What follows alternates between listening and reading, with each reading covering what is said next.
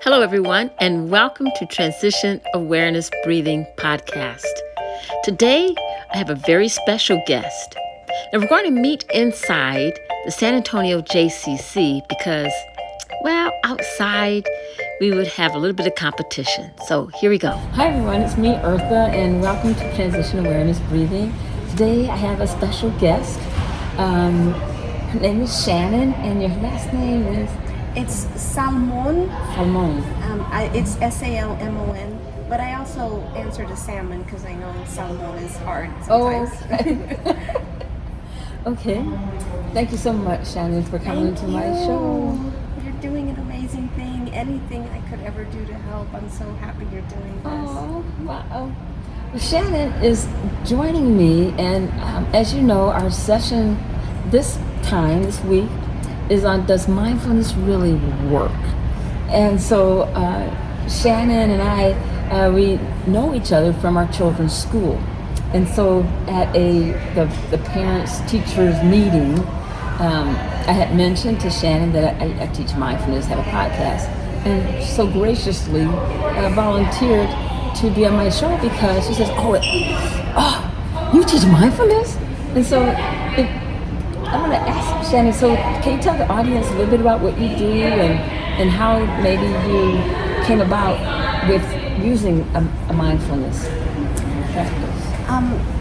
I'm currently an attorney, and I've worked with immigration, family. As you can imagine, it's very stressful. I currently work with foster children, so I represent the state of Texas, and they go in with, unfortunately, sometimes there has to be legal remedies if there's severe abuse. So I'm currently working with child abuse, and we see, extreme cases. So it's a high stress environment, and it just keeps coming, like the post office, just every day you get up and there's more work. So you see an increase in the number of cases, would you say? I can't say an increase because for me, I'm new in this position. I've only been there, I'm going on about a year now. So I'd have to ask my colleagues if they think there's been an increase or not. For me, it's an increase because that's not a world that I was working in before. So for me, they just give you some training and put you in there, and suddenly you're just dealing every day with all these stressful cases of this nature. Wow, I can only imagine the amount of stress with the children and the separation anxieties and the trauma. Yeah, those are all the correct words. Yeah, it's pretty bad. And then one part of my coping mechanisms for stress before was I would go home and I would talk to my family. We're close, and I'm blessed with a very loving family. Well, when I go home now, I can't really say, this and this and this and this, because it's very, very sensitive topics, things that are happening. So that kind of took away one of those tools that I use to manage stress. And like in your previous position, what kind of attorney were you at that time, where you could talk to your family and that? I worked a lot with immigration cases, and so while it was very sad, you had a lot of family separation, you could still talk about it at the dinner table. Oh, we got this for them, we were able to do this, and they're fighting this case, and it wasn't the kind of thing that would be so sensitive that you can't discuss it at home. But I can't, the stuff I do these days, I can't be there at the dinner table. Oh, guess what happened today? Yeah, very confidential. Yes. Right, yeah. So what's your background with mindfulness? I mean, what was the trigger as far as your use of mindfulness, relaxation in your world? Well, I was thrust into it really unexpectedly because I was just living my life. Probably a lot of people can relate to this if they've ever had any experience with anxiety or panic attacks. You really don't see it coming. So I'm not going to get too personal, but everybody has had trauma in their life and dealt with things, and we live on planet Earth, which is very far from perfect. So everybody has stuff. So I'm just living my life, and then bam, suddenly I'm having these episodes where my heart rate is elevated. It literally feels like somebody has a gun to my head, but there's no gun there. And my body is reacting, just flooding me with adrenaline, and I can't function, and it's terrifying. So that unexpected event of those episodes starting led me down this path. So I was, I sought therapy, and I was in my therapist's office when he told me he was going to put on a meditation. I think he called it a meditation tape. And turns out it was some breathing exercises. And I thought he was crazy, I really did. But it worked, and the next thing I knew, I was leaving his office feeling with some tools in my toolkit that I could take outside of his office to use when I needed to calm myself and soothe myself. Does that make sense? It makes absolute sense. I'm wondering, how many sessions did you have as far as the mindfulness sort of meditation? How many sessions did it take for you to realize you did have a toolkit? Well, Eartha, when you have an experience like that, it only took one time. I mean, I walked in a wreck, and I'm retelling, I'm in my therapist's office, so it's all confidential, so I'm telling them everything. So in the retelling, I'm getting agitated, and I'm out of control, frankly, to be blunt. I can't control my breathing. I'm not functioning at this point. And I walk out right after that session, just calm, peaceful. This is the plan. So I knew when you have an experience like that, it doesn't take 3 or 4 times to realize this is a valuable thing that I want to learn more about. So did you know about mindfulness before you went in? Oh goodness, no. None. No, I really thought the therapist was crazy. I really did. What convinced you to give it a try? Well, they had been so kind to me, isn't that always the way? So they had a relationship with me, and they said, here's something I think would be useful, and I'm going to put this on. We're going to dim the lights. You're going to, sit in that chair, find yourself a comfortable position, and we're going to do this exercise. I don't know if you remember that feeling. I'd love to know when you first learned about it, if you had that similar feeling, like this isn't gonna work, this is crazy, but it's just, you can't argue with results. So I'll share my story, but you mentioned some words that I like to highlight for our guests, and they're called mindfulness qualities. And you mentioned how the therapist was like kind. Yes. Right? Yes. And so that kindness is one of the mindfulness qualities. Kindness, compassion, patience, and you're this is like a validation thing, and I'm going, wow, this really works.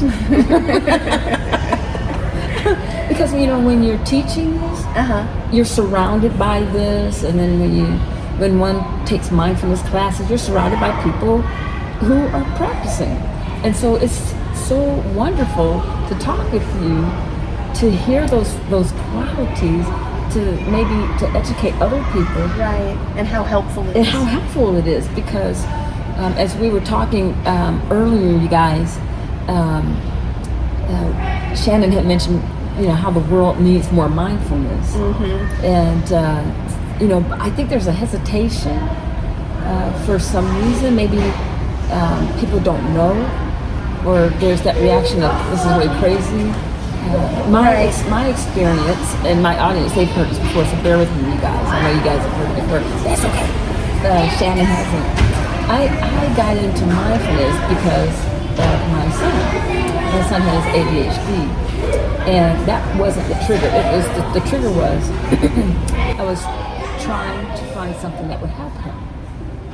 And in all my research, this mindfulness in the literature kept, mindfulness. And as a nurse, it's like, okay, mindfulness, but what exactly is the definition of mindfulness? And so I started going down that path. and came across courses, and I thought, okay, this is good information. So I signed up for a class for mindfulness for children and teens. It was a certification class, and it was by Dr. Christopher Willard. And anybody in the mindfulness community knows Dr. Christopher Willard. Well, he brings out, he showed us a film by a mindfulness expert, Dr. Sears, and he did the raising exercise. The raising practice is where a group of people get in a circle, and these people were patients who were in either chronic pain or had a disease that it was like at the end stage. They were told there was nothing else that could be done. So whatever they had, they were maxed out on medications, they were maxed out on medical treatments. They were at the point of, this is it. Medicine had done as much as it could. Right. Mm-hmm. And so Dr. Sears asked everyone to have an open mind, and he asked everybody to hold a raisin. And so, they were holding this raisin, and he asked people to look at the raisin, and touch the raisin, pay attention to its texture, smell the raisin. And as I'm looking at this, I said, this is crazy. So you do know how it felt. Absolutely. I said, I have wasted a lot of money. I dropped a lot of coins on this course. However, I was at a point of, in the way I felt, when you're trying to help your child. Yes. Mm-hmm. Forget about how, when your child is in help. Right. And you feel that you have to do whatever you need to do to help your child. Exactly. Because if you don't, yeah, you can see the damage that might happen to your child. Right. That's where I was at. Right. And so I said, okay, after I got over it, this is crazy. I said, if this is going to help my son, yeah, I'll hold the raisin. Yeah. And, I had a raisin and did that, like Dr. Sears asked. And at the end of that session, one of the patients said this was the first time they had ever thought about anything other than their pain. That touched me. Wow. Yeah, and I thought, there's something here, because that little simple raisin took a focus off of themselves into something that decreased their anxiety, because when your attention is off of the pain, whether it's mental or physical, then your adrenaline decreases. The cortisol decreases. I love that story. Yeah. Thank you for telling me. Oh, sure, yeah. So when you were saying that you went to a therapist, and you they put understand, you know just how I felt. Exactly, and so I'm amazed. I can also understand why people are hesitant about using mindfulness, but let people know that's a normal process. Maybe it's normal when we're first starting that. Right. This is weird. This feels uncomfortable. Right. This is different. Right. At the very beginning, yeah. Yeah. Exactly. Yeah, you're really onto something. Yeah. So how is your practice now as far as using mindfulness and the skills that you use in your toolbox? Well, I have to use it often. I'm very, very far from a perfect person. I'm extremely far away from, I get up I'm a good-hearted person. I get up every morning. I say, I want to do my best. I want to treat people as kindly as possible. I mean, I have good intentions, but I'm a human. I live here on planet Earth, and every day I'll run into situations where I have to, I realize I'm having an emotional reaction. Mm-hmm. And I'm never, being a lawyer, I learned really quickly that emotions don't serve you well in court. Mm-hmm. So I'm a very caring person, so it's hard to shut that off and just go in like with a surgeon's attitude, just this is the job, this is the mission, go in, but you actually think better when you can think clearly. Mm-hmm. So in the courtroom, you have to develop that skill. Yeah. But almost every day, I have to use it and soothe myself. Sometimes it's anger, sometimes it's fear. For fear, the problem, as I'm sure you are well aware, the problem is that your body stops listening to you. Yeah. You are begging your body, look, I will get you anything. You want a new purse? I got the money. I will get it for you. You want a Frito pie after this is over? You just got to sit your butt there in that chair. The judge is you may not run. There is not a bear behind you. I swear.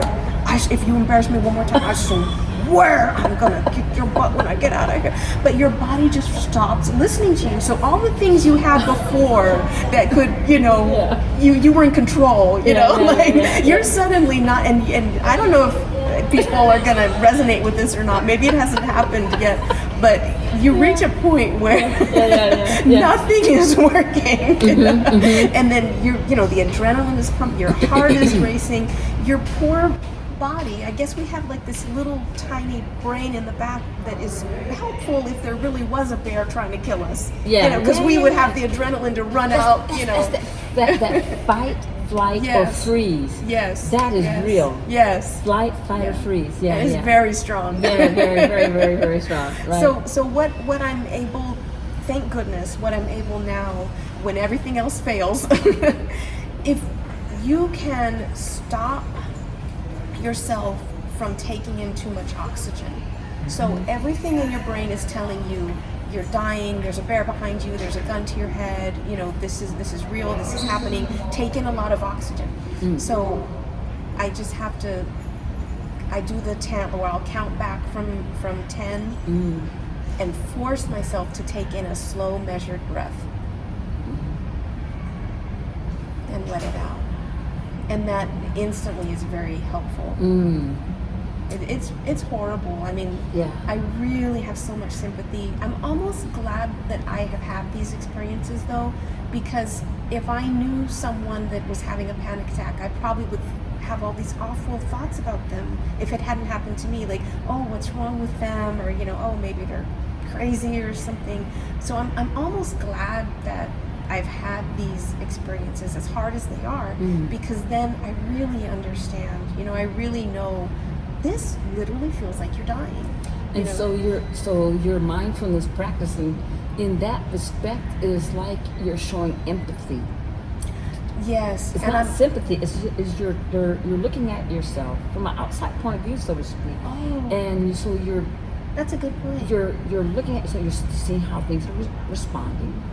And when you see other people responding, you can identify. You can say so much so. And so then that causes a non-judgment approach, a non-harmful judgment approach, because as your body is telling you that there may be a bear, there may be danger. On the other side, you're saying, no, we're going to breathe. We're going to ignore the bear. We're going to breathe. In nursing, it's,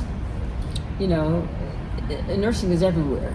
You can see I things. loved what you. Will you say what you said earlier? Because I loved that sometimes it's almost like the world needs a nurse. Yeah.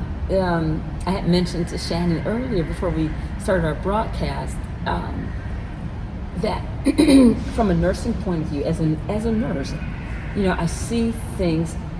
I see the world as a patient. I love that. And so Shannon had asked me, do I see how terrible the world is, and or am I in a bubble? And so from a nursing perspective, a lot of times we see patients coming in at their absolute worst. Most people don't want to come into a medical facility or urgent care. There's something triggered something to get them there. And so,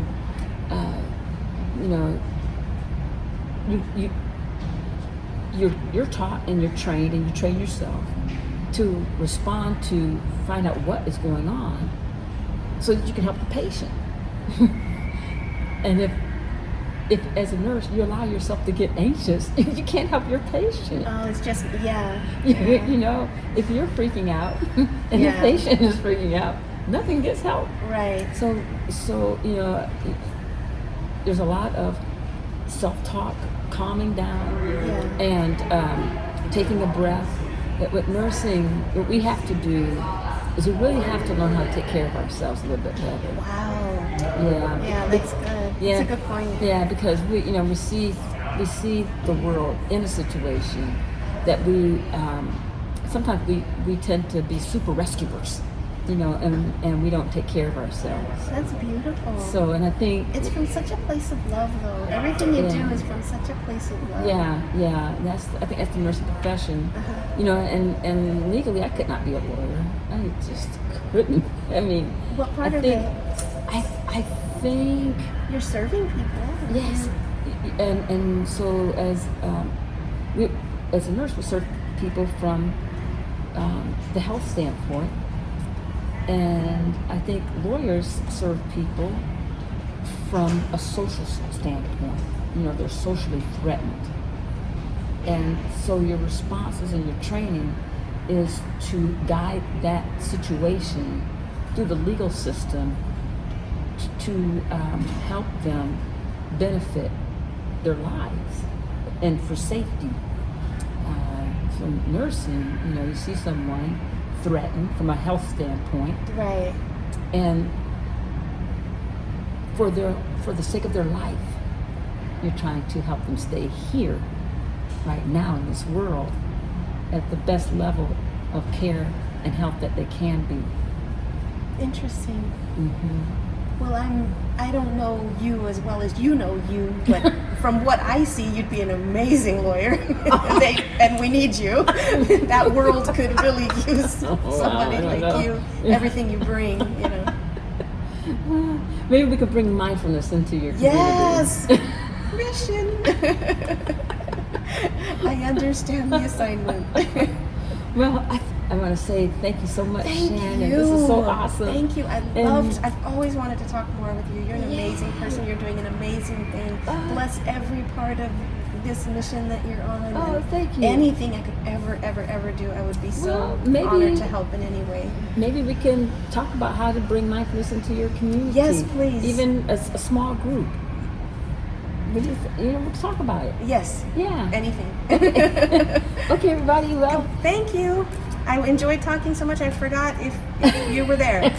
I'm sure you're lovely people. thank you so much, and have a great day.